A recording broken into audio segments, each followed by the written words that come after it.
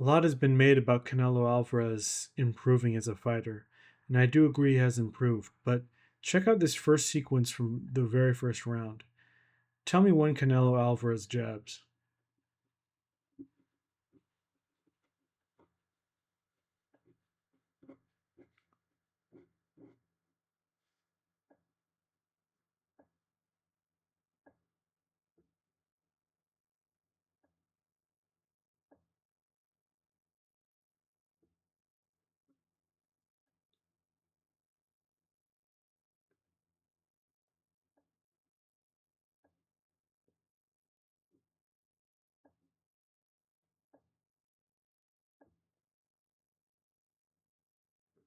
This wasn't a jab, feint to the left hook. Okay, exactly halfway through the first round, a minute and 30 seconds into the first round. And some of you might be saying, well, it's the first round, it's a feel out round. The whole point of feeling out is you're going to be using your jab to gauge the distance, to set things up. And anyway, it's not just this round. The whole fight, he really displays a lack of a jab. Okay, so moving on with the video, Canelo pretty much did three things in the fight and didn't do very much more than those three things. The thing that was the most interesting in terms of a game plan was this classic trick that he uses in a lot of his fights. It's a left hook switch up.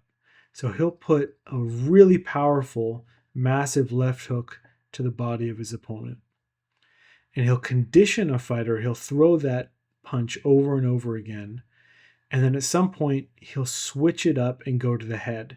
And he has a way of loading up that he drops his left shoulder and his left arm so much that it does look like it's going to go to the body. And then he'll bring it up to the head. And it kind of looks exactly the same to maybe about that point. And so this was one of the more interesting things that he was using. And he had a little bit of success in terms of hitting to the body. But as we'll see, Terence Crawford's too smart for it. I'm sure they had seen that, Canelo used this exact same punch to drop Edgar Berlanga. And not only the same punch, the same setup to the punch.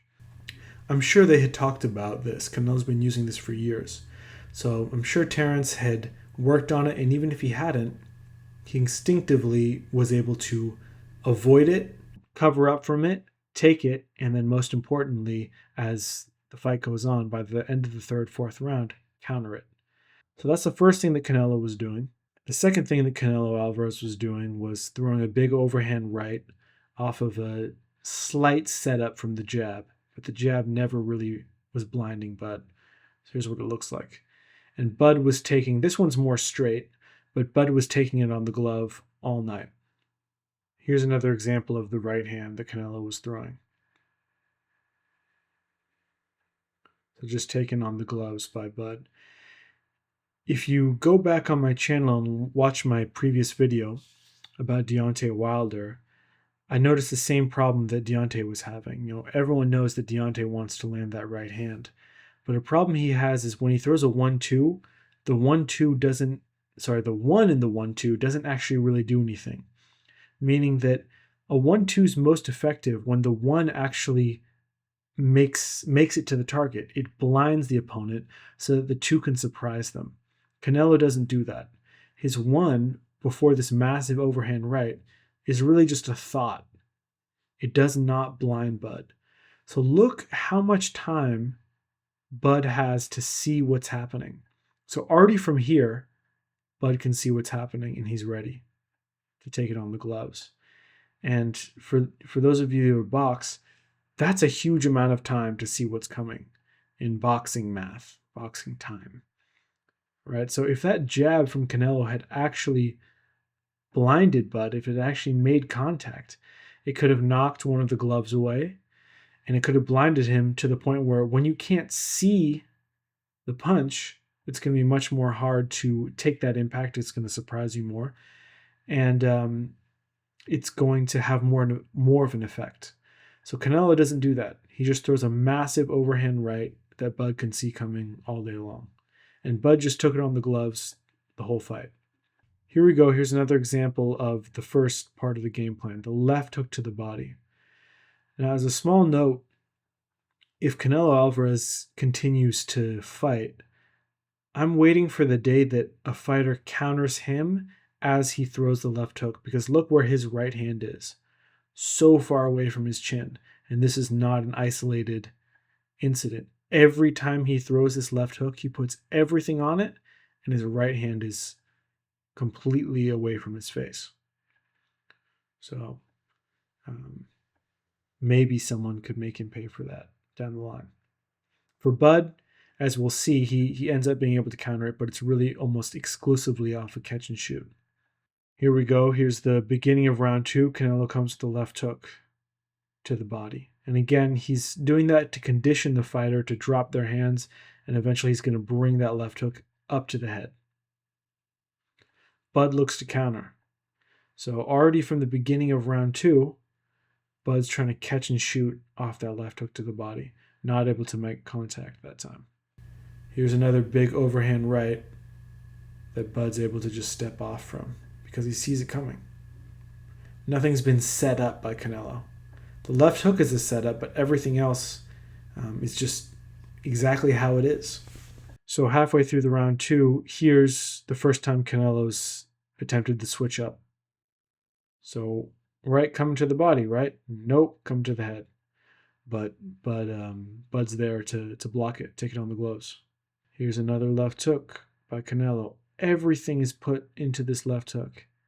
And Bud just takes a half step back, looks for the counter again, but is off. So you would think, though, as Canelo, right here, that's 2 times now we've thrown the left hook and Bud's responded immediately with the counter. So you would think in his head, he's going, okay, he knows what I'm doing. So then the next step at the elite level is, okay, he knows that I know, right? I mean, it's kind of funny, but it's true. Like, okay, he knows that I know. So now I need to come with a counter to the counter, essentially. But another problem that Canelo has with this left hook switch up is there's nothing after it. There's no sequence. There's no, it's either to the body or the head. There's no shot after it. So yeah, he has the slick defense to evade the counter that time. But okay, how are you going to counter that counter when you put everything into this left hook to the point where you're off balance if you miss? There's not going to be any follow-up series to confuse Terence. He did have some success, touching to the body a little bit. There was a rare jab from Canelo there. Right here. Rare jab in this fight. Here we go again. The left hook to the body. Terence looks to counter. Not there yet. Here we go. Left hook to the body. Terence just moves off to the side. Just lateral footwork. Here's the big overhand right.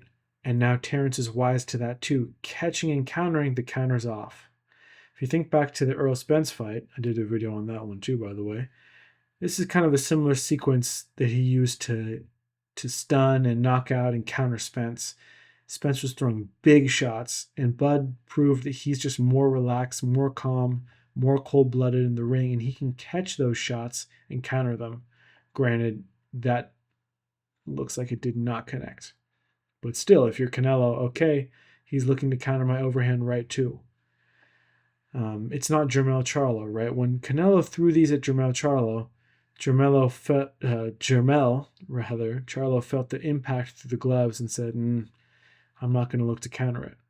Which was a mistake also because, it's a mistake for multiple reasons, but it's a mistake also because Canelo doesn't really follow up these big shots. They're 1, 2, 3 punches at most with everything on them. So if you can counter afterwards, it's not like he just jumps straight back in. He kind of has to reset himself. Here's another example at the end of round 2. Canelo comes to the left hook.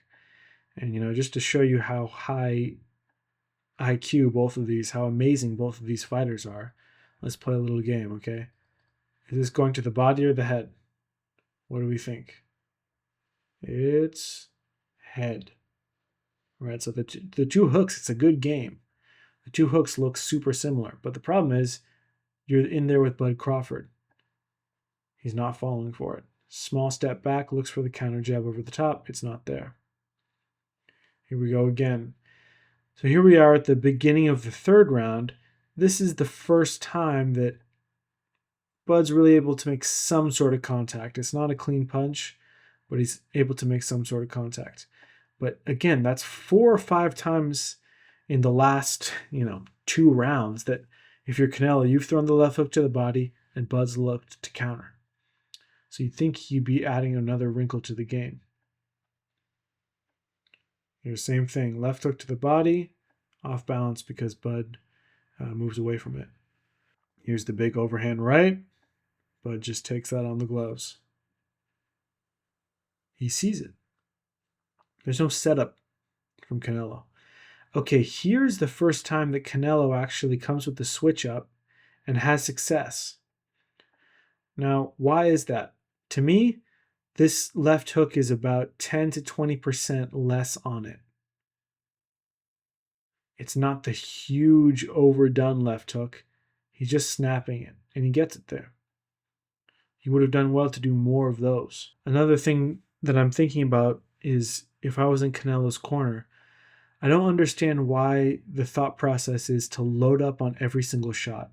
I guess if you're trying to shock Terence Crawford in the first few rounds, it could maybe make sense, similar to what happened with Jermell Charlo, right? Okay, I get the mindset. Terence Crawford is coming up multiple weight classes. Canelo Alvarez is a legit 168 pounder who's been there for years. So, okay, hit him with something big in the beginning to discourage him. Okay, I'm with that, I guess. It hasn't worked. Now you need to move on from that because Bud's too sharp. He's seeing that and he's looking for counters off it. So the next logical thing is, okay, I don't need to load up on shots because I'm the natural 168-pound fighter. I should be able to just touch him and hurt him without loading up. But that never really happened. Here's another left hook to the body. Terence looks for the counter. It's not quite there. Another left hook to the body. Terence moves away from it. Okay, end of round 3 is where Terence was able to get the range, get the counterpunch going perfectly from the left hook to the body head switch up by Canelo. And here we see it. You see how ready he is. Already from here, he's planted straight left. Looks for the 2-1. The 2 doesn't land. So by the end of the third round, he's already connecting on that counterpunch. Right? If it's a chess match, that line of offense, if you're Canelo, you should say, okay, that line is no longer there. Or at least I need to create a variation to keep it going. Canelo doesn't do that. Okay, beginning of round 4. Like I said, the main game plan from Canelo is this left hook switch up, but it's really just not working so far. You had that one time where you're able to connect because you put less on it. But overall, it's not working. Here he is, he's lunging in with that left hook. Terence pulls, looks for the rear uppercut with the right hook over the top, but it doesn't work. But again, Canelo's not able to follow up with that. It's this one shot, and yes, he evades it, but nothing after that. And he's putting everything into these shots. So you ask yourself, okay, he trains so hard, but yet he still gets tired. Well, I think it doesn't matter how hard you train. If you put everything into your shots, you're going to gas out. I think if you made Terence Crawford throw 80, 90, 100%, let's say 5-6 punches on the heavy bag for 20 seconds, I don't know who, maybe there's someone that can do that. I think it would gas out anyone. You need variation in your punches to get you through a round, to win a round, to set things up. Not only does it help your cardio, it helps you tactically. But Canelo just really doesn't do that anymore. Here's one of the best counters of the first half of the fight. Canelo plodding forward, left hook to the body, Terence, bop, bop, bop, bop, bop. And another one for good measure. And Canelo, not coming up with anything more than that. Another aspect that was great on Terence Crawford's game plan, we've been mostly talking about Canelo in this. I could make another video on Terence, but some similarities, shades of Erislandy Lara. Landing a left hand as Canelo plods in, and then just using lateral footwork to take seconds off the clock. And not only does it take seconds off the clock, for the judges, that looks great. It's like human psychology, right? Okay, I just hit you with a 4 or 5 punch counter right here off the left hook. Then you came back in. I hit you with this left hand. And now I'm just going to move, be defensive. And those things now stick in the judge's mind. What just happened? It kind of sets in. Allows you to also breathe and reset and takes some of the pressure off. Here's another overhand right from Canelo. It's the exact same setup, the small dip, the jab that doesn't really exist. Terence just takes on the gloves. Okay, so the punch that Canelo had the most success with was this straight right where he doesn't load up so much, as we saw a couple times ago. Here's just the straight right. This one still isn't perfect, but just throwing that straight right hand straight into the point, that had the most success for Canelo the whole fight. Here's another example. Here's a classic example. This is the kind of Canelo that was fighting with Triple G. A small shot. But it's not small, because it's Canelo. A small shot in the sense that he's not putting everything he has into it. It's straight, it's A to B, there's no tell in it. And look at the effect that it has. And that's the kind of thing that I think would have been much more effective from round one. You can mix in some big shots, but showing Terence Crawford that I can hit you with 168 power with sharp shots.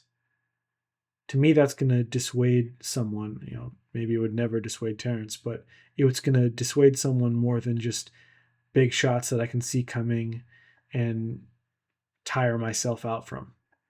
We can see again there was the little left hook to the body. Terence looked for the jab counter, wasn't quite there, and then just moved off. Okay, here we go with another prolonged period of Canelo not throwing any jabs. Let's check it out at the end of the 4th round. And I get that Bud's moving, but wow. Here's the beginning of later round, 10th round, I believe. Canelo comes out with the left hook to the body. Bud catch and shoot. So anyway, guys, that's the video. I'm going to keep it short. I think I have a tendency to make the videos too long. But this video pretty much focused on Canelo. I could make a whole other video on Crawford. But that's it. Amazing fight, amazing performance by Terence Crawford.